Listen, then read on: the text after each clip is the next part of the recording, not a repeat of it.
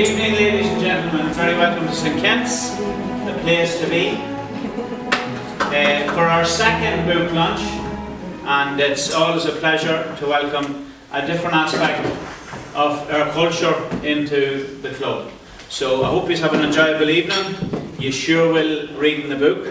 Unfortunately, I don't read that much, so you can tell me all about it. But I'll just ask Rose to come over here on behalf of Manchester Writers, and she'll explain in more detail. Thank you. Thanks, Kevin. Thanks very much, Kevin, and thanks for the invitation to have Margaret, one of our writers, who's done us the honour of writing a book in the first place, and she had a good bit of it done before she came to us, but she finished it off, which was with us, and we're very proud of her. And it's my great pleasure to welcome her here tonight, and she'll do all the explaining and talking to you. So over to you, Margaret. Thank you very much. I'll just explain at the very beginning that my writer's name is Martha Ashwell, but those of you who know me as Margaret, of course, feel free to call me by that name. Welcome everybody, and thank you so much for coming this evening. I just want to say speak for a few minutes about the book, why I wrote it. Just to say that I always loved writing as a child, and I didn't write as an adult apart from academic writing. But when I retired, I decided that I would like to return to writing. And I thought, well, what do I know better than my own story? And the story is based around a family secret. So the story is about how the secret affected my life and the life of my family, my sister, my brothers, and other family members.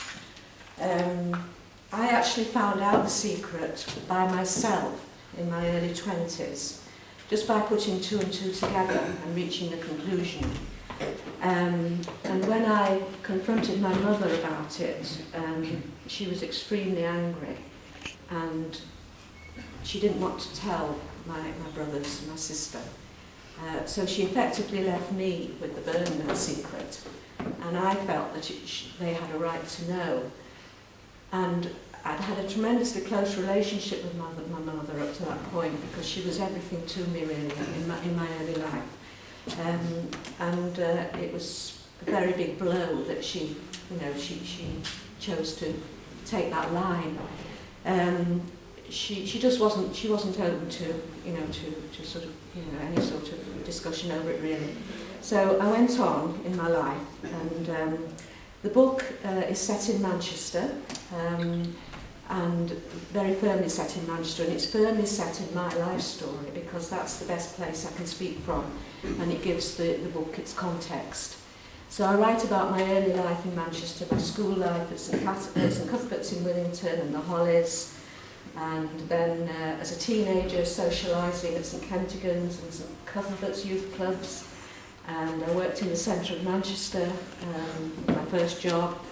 And then at 22 I went away to college, and it was then that I started reflecting on incidents in my life when I sort of put different things together. Then came the point where I was in my later 20s, I was going to be married, and I started to talk to David, my husband, about the family situation, because at that point I wasn't even sure whether, because just backtrack a little, I hadn't told my mother at that stage. I told my mother just a little while later. I checked with David to see what he thought about it. He saw a photograph and he said, you definitely need to confront your mother about this. So I did, and that's when she became angry. I'll just tell you the reasons for writing the book. First and foremost, to exorcise ghosts, because there was a lot in my past that I felt I should write about. It also gave me an opportunity and provided the process by which I could tell my brothers about the secret, because up until that point I'd only told my sister. I told my sister about 8 years or so after I found out, and that was because I met somebody who said, you know, you really should tell this secret to another family member for my own health's sake. So I did. But then it was many, many years before we told our brothers for various reasons which are explained in the book. So it was to tell my brothers, and also it was in the hope that it would help others who perhaps had a similar situation in their families. Many of us have secrets, not always, you know, the same sort of scenario, but often there are secrets, or often there are broken relationships, and people can go on the whole of their lives not being reconciled over some sort of incident, and it's extremely difficult. And I hope that by writing this book I will have explained how I came through the process towards reconciliation. That's why it's called A Journey Towards Reconciliation, because I felt I had unfinished business and I wanted to be reconciled with my mother, even though she passed away many years ago. So that is that's what I've written about.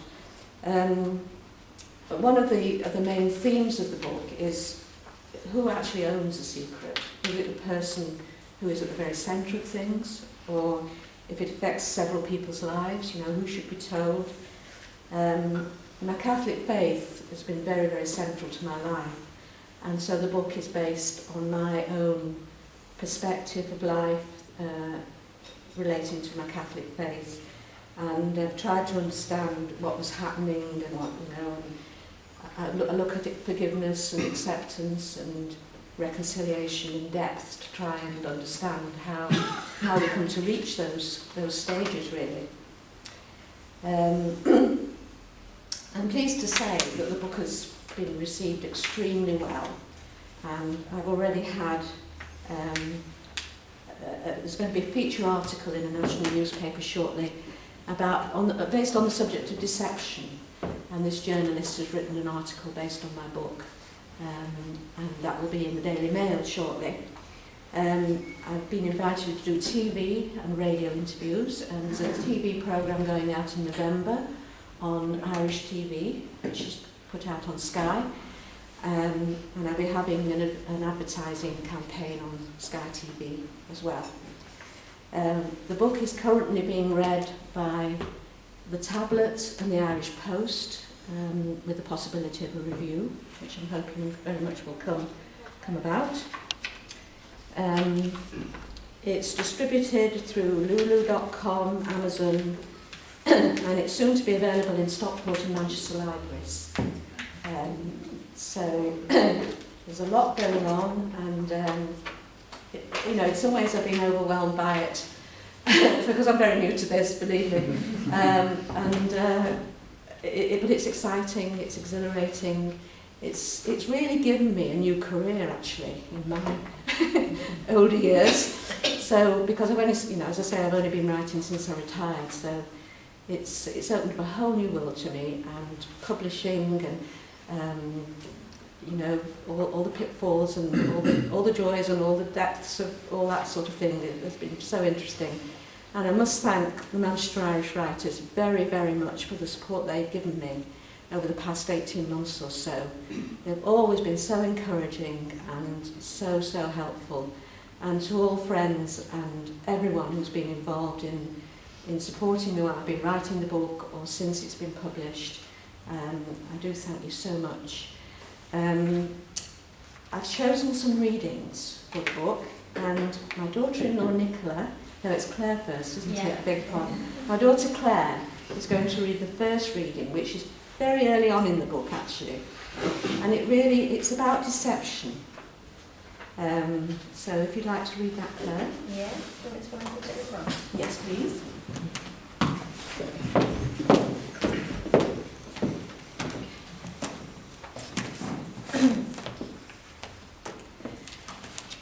Snow.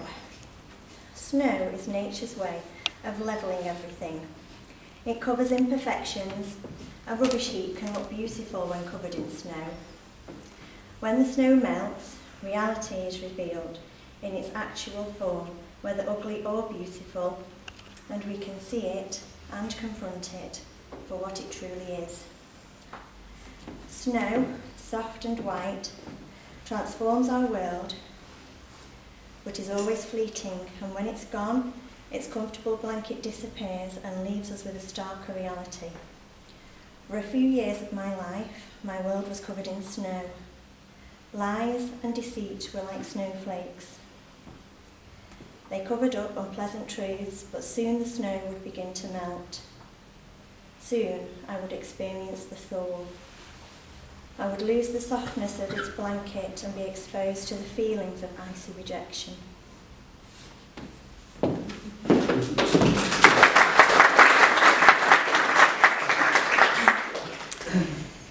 Nicola. Nicola's going to read a little passage about my first job in Manchester and a little bit about my teenage social life, which some of you will probably bring back a few memories for some of you. Apart from Katie, none of my friends had any idea of my home life. My parents' relationship continued to be as dysfunctional as it had always been. Friends only saw me outside my home, enjoying the freedom and the friendships I was now developing with so many young people. After a year at Field Park, I improved my GCE passes marginally and attained all my secretarial qualifications. I was ready for the real world of work, and I got my first job as a shorthand typist at the head office of a large bank, based in King Street, the financial centre of Manchester. The Victorian building stood squarely on the corner of King Street and Pall Mall. King Street housed the impressive Bank of England and other important financial institutions. Hannah had achieved good A-level results and was on a residential teacher training course in North Manchester. Hannah had life at college. It was extremely cold in winter, and I think it was only her friendships and the thought that 2 years was not such a long time that carried her through. At this time, we led our social lives largely through the organisations of the church. I, with my friends, joined 2 local Catholic youth clubs, St Cuthbert's and St Kentigern's. I would play tennis at Fog Lane Park in the summer and table tennis in the winter. 3 of my friends were keen walkers, and I went on hikes with them in the Peak District, around Edale, Hayfield and Kinderscout. St Kentigern's, or St Kent's as it was affectionately known, had a lively disco every Sunday, and this provided a great opportunity to meet boys. It was the beginning of the rock and roll age, with all the wonderful music and freedom that that era brought. I was entering upon one of the most enjoyable phases of my young life. I could forget about the stress at home and engage with the fun and emotion of popular music. The words giving expression to what I was feeling. These popular songs evoke the deepest of feelings. They helped you remember and they helped you to grieve. Rejected lovers could immerse themselves in the mournful words which spoke of their pain, while the songs reflected the pain back to them. It provided a legitimate excuse to wallow in your own misery. Emotions of every kind, from happiness to despair, were heightened by the music of Roy Orbison, Buddy Holly, Elvis, the Everly Brothers, Cliff, The Shadows, Bill Haley, and many more. They provided a way to dance away to sad songs, to mourn, and dancing was a great form of release. Whatever the emotion, we played those tracks over and over again. Okay.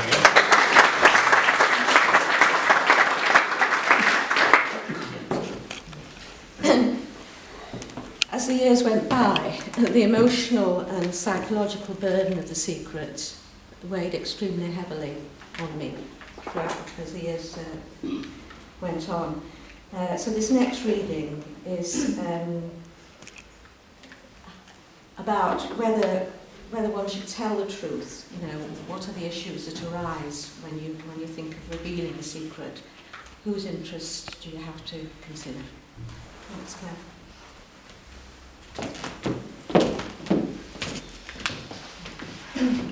Truth. The truth is heavy, therefore few care to carry it. This quote by Winston Churchill described the burden I was carrying. You would think it would be straightforward to tell my brothers and sisters, but my mother begged that I shouldn't tell them, because she thought that they would think badly of her. You find out a secret. What do? You can dismiss it and think, well, I know this, but I don't need to concern anyone else with it. Or you can think, who is this affected? Who is affected by this? Do they have the right to know, or should they be told? Am I betraying anyone by telling them or not telling them? Are there someone else's rights which overrule my own, or do I have the right to speak out? Will I benefit them or trouble them? And what will be gained from speaking the truth? Will it be harming anyone by speaking the truth?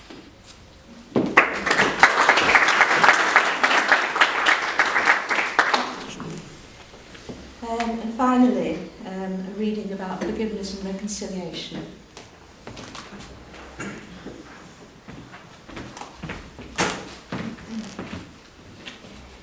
In my search for forgiveness, reconciliation and healing, I now know that healing requires a number of steps. It demands time for reflection, openness and perspective. We need to face the causes of the hurt as honestly and as objectively as possible. We are required to sift through what can be changed and accept what cannot. Finally, we are urged to look honestly and realistically to the future with courage, hope and the determination to act if that is what is required. Before we can claim healing, however, we must discover the meaning of forgiveness and reconciliation. For me, forgiveness is excusing someone for a fault, an action or an omission. It is offering an open hand and setting aside anger and resentment. I will be reconciled if I resolve any differences or misunderstandings. I will need to accept my own faults and the faults of others if the lost relationship is to be re-established. I believe I must also practice compassion, have sympathy and understanding for the suffering of others. If I can achieve all this, I will be healed.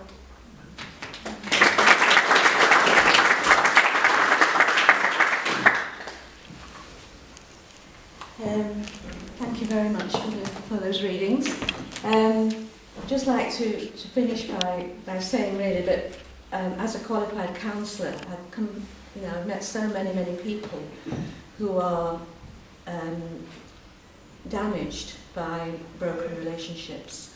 It's one of the most central features in our lives, really. And self-worth is tied so closely in with the quality of our relationships. And I do really and truly hope that others will be helped by the process of healing that I write about in the book. Thank you very much.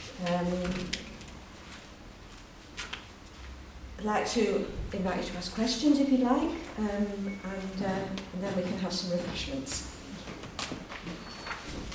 How difficult was it for you to write the book? It was very difficult in some ways, because I had to sort of, in reflecting back, you come so far and you sort of cover things up, don't you, and repress them to a certain extent. So I was kind of picking away at it again, if you like. It's like taking a plaster off something which hasn't healed, so you're exposing the painful part again. And that is difficult, but I felt so strongly I had to do it. There was a figure standing by my side for such a long time who was saying to me, you should write this book, you really should. And that was my motivation.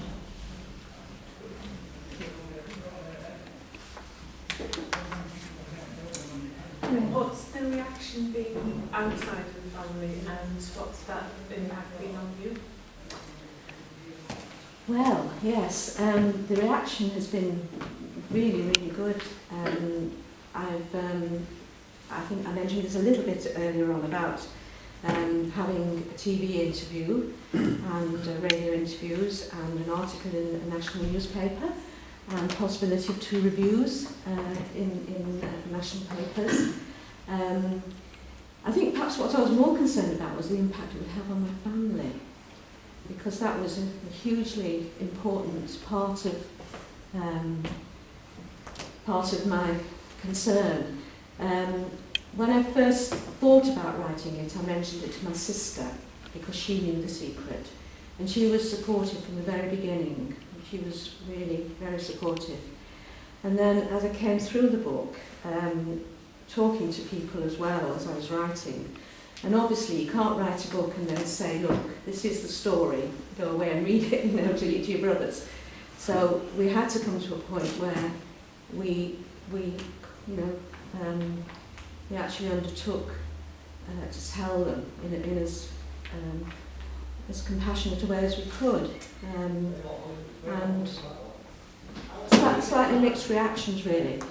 One brother, although upset, was extremely understanding and accepting of it all. Very sad, because it's sad to think that my mother couldn't have told us all together, which would have been so much better. My other brother, he had a slightly different perspective on the story, and although relationships are fine, there's no problem, but he quite understandably had a different take on it, because he had a closer relationship with one of the people in the book. So there was a slight difference there. But overwhelmingly, it's been a very positive experience, and I'm extremely glad I've written it. It's been very therapeutic, and I feel stronger as a result of it, and that's all I can say, really. Thank you.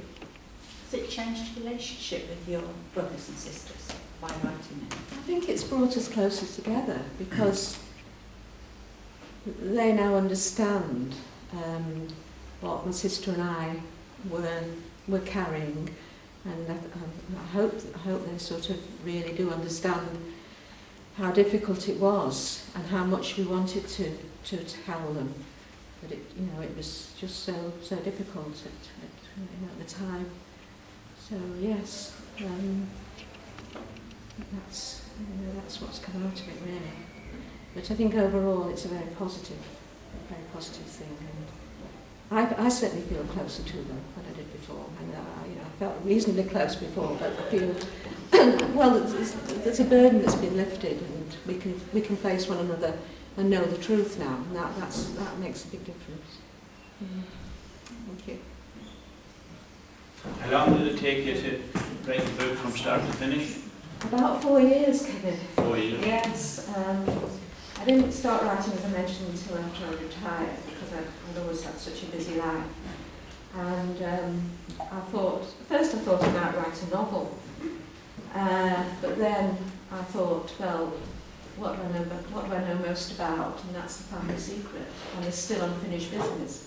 So maybe if I embark on that, I will be shown the way and how to deal with it. And that's certainly happened. And wasn't it a great pleasure that your husband enjoyed a game of golf, so he could give you that time into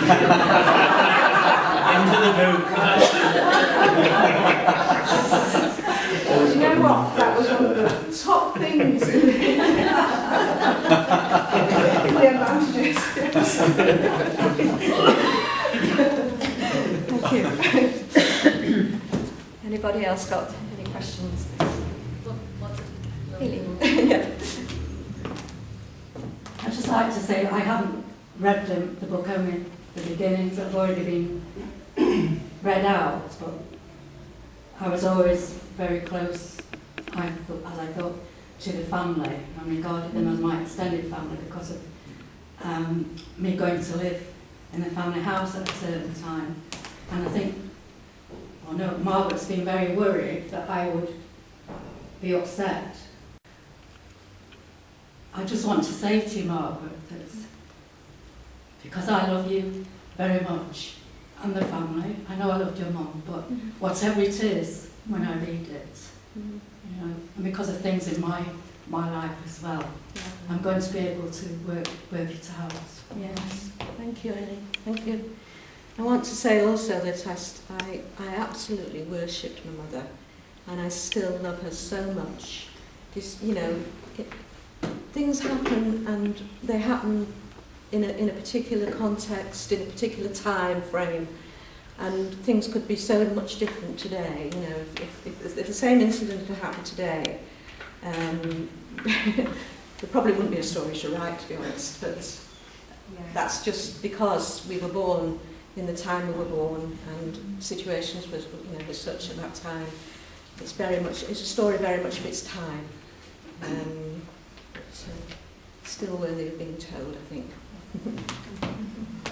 I was going to ask you about, was it difficult to get the book published when you had it finished? Well, I spent probably a year or so submitting the book to publishers and to agents, because if I could get, if you can get an agent, they will then promote it for you to publishers. And I did contact a lot, quite a number. I got some offers back. Some of them were self-publishing, not self-publishing, they were shared publishing, where there are companies out there who publish works and you pay a certain amount of money to share the costs of publishing when you're a new author and unknown, they don't know how it's going to sell or anything else. So they do what they call a shared publication. But I decided to reject those. And I decided to be, partly because they wanted to take it and edit it and mess around with it, basically. And I wasn't prepared for that. It was such a personal story. I didn't want somebody coming in and, doing that. So I decided to self-publish, and I've got no regrets about that. It's made me so, put me in sole control of the book. Okay, I have to market it and promote it myself. I don't have a publishing company behind me, but I'm getting to do that, and people are extremely helpful and extremely interested in it. It's not that difficult, really. So I'm very pleased I've gone that way. Thank you. What about your own children? At what stage were they brought into the secret? And how do you think it's affected your being a mother and your person? Yes, that's a very interesting question, Judith. When my eldest child was about 11 or 12, I think, perhaps, he said to me once, Mum, why are you so different with Nana? And he picked up on my irritable behaviour with my mother, because sometimes, because this elephant in the room, it impacted on me in that way, I'm afraid, and I did get irritable with her, snappy sometimes, and he knew that wasn't really typical of the way I related to people. And I wasn't doing that all the time, it was just the odd occasion. But he asked me about that. And then, quite a short time after that, when they were quite young teenagers, I think, I told them all about it. Long before I told my brothers. I just brought them into the picture. I wanted them to understand and to be honest with them, so that they understood what had happened and fully in the picture, and that they all received it very well, and they've been a fantastic support to me whole of the time. Wonderful. Thank you. Margaret, how long did you spend each day writing the book? When I'm going to play golf. Weekly 5 hours at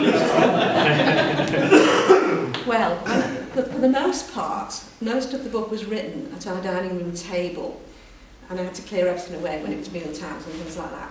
But after a while, I think David thought, she's a bit serious about this writing business. I better get her out of the way. She's under my feet. So we got an attic bedroom, which was a bit of a tip, and he decorated it for me. And I'm up there now in a little study up at the top of the house, which is absolutely lovely. It's my little domain. And well, yes, to answer your question properly. I would write most days, usually mornings, but I had to put so many other things into it, particularly in the earlier days, because I was doing some voluntary work and got 3 children and got 3 grandchildren, and the grandchildren were quite young at that time. They've grown up a bit now, but they were very young at the time. So I did have quite a lot of distractions, you know. And then I got to a point, about 2.5 years in, I thought, well, I really must put some of this behind, you know, to the side. I was a member of a book club, for example, and I had to read a book every month, which I loved doing, but I couldn't be reading and writing at the same time. It was too distracting. So I had to put that on hold for a while. I gradually wound down the voluntary work, although that was more recent. And I just gave all the time I could to it, really. And David's a fantastic support. He likes cooking, you see, so he cooks my meals and he gives me a buzz when the coffee's ready, all that sort of thing. So I've been really, really fortunate. Yes, thank you. Margaret, one of the things you don't mention, I mean, I've read the book and loved it, but you link your memories to music. I do. And you in the book, there are references to music, and you put it on the internet, haven't you? I have, yes. Which I found fascinating, because I don't do that, my husband does, so he can remember where he was when there was you know, when the music played, and you can, and I thought it was lovely how you put that in the book. Yes. Yeah, I've never seen it before. Music has played a very, very important part in my life. I'm not talented at music, but I absolutely love music. And all through my life, I've enjoyed all sorts of music, classical music, pop music, you know, a number of genres. And I find that a particular song or a particular piece of music evokes a very clear memory to me. It always has done, extremely clear.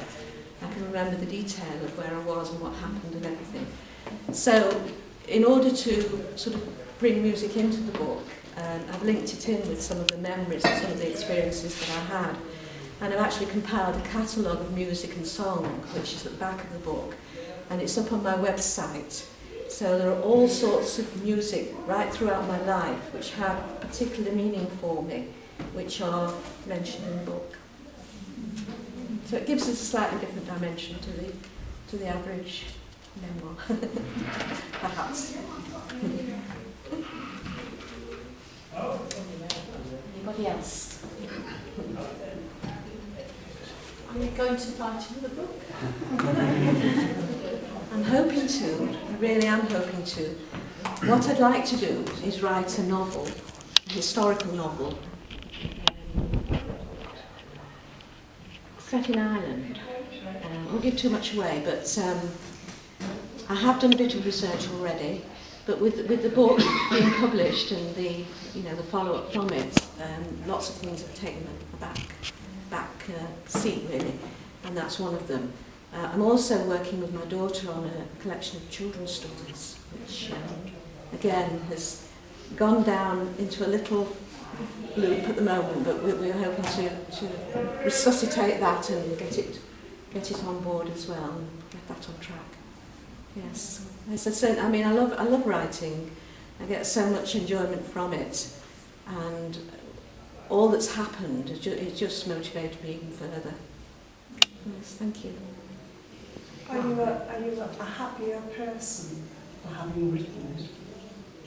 Well, that's for others to say, Mary, but I personally think I am. Definitely. Yes. It's been good. Definitely. And I think that's the therapeutic element of it, you know, and also the fact that I got to tell my brothers, because that still weighed heavily on me. I desperately wanted them to know the truth, but I was scared as well because I wasn't sure how it would affect them, you know. So it wasn't easy, but I'm really, really pleased that I've done it. Yes. Thank you. What's your favourite song? I've got several favourite songs. I mean, I absolutely love Danny Boy when it's sung extremely well.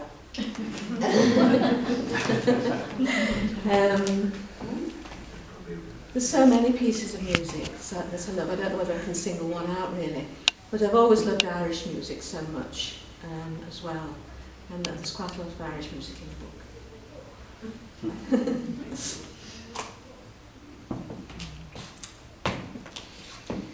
Everybody That's all the questions. Thank you very, very much. Thank you. I just want to thank you all for coming this evening. It's been a wonderful occasion for me, and I thank you so much. Would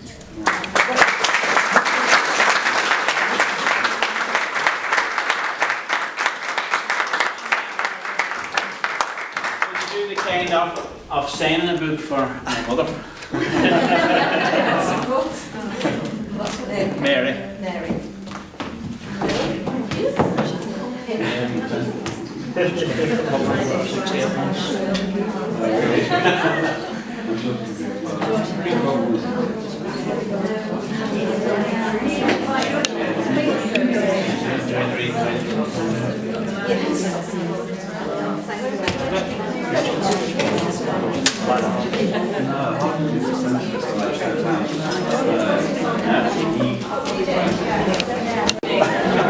Hey, don't worry about the change. Yeah.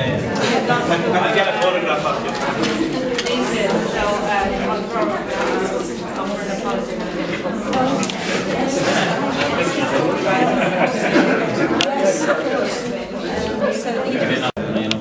You just take a photo. Read through that, yeah, I should enjoy that.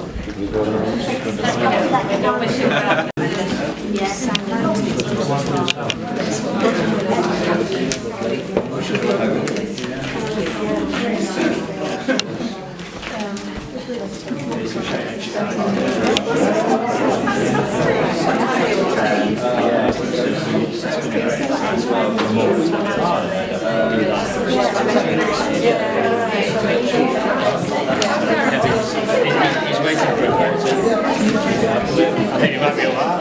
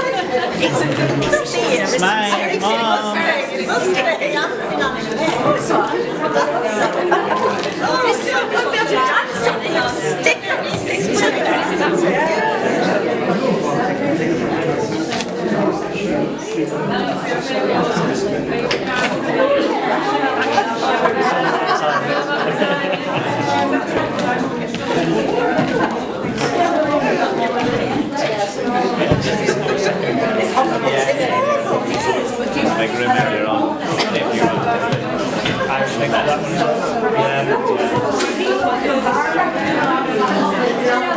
It's good now the book, the stories and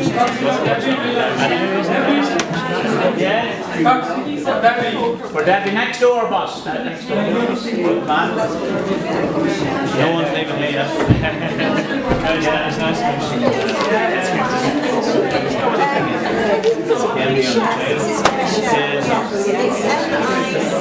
It's in the book and I had lunch with the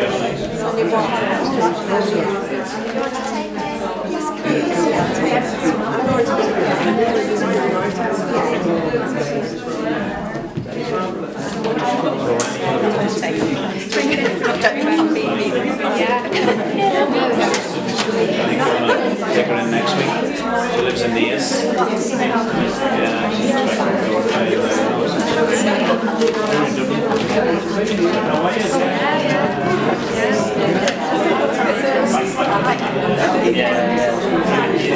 to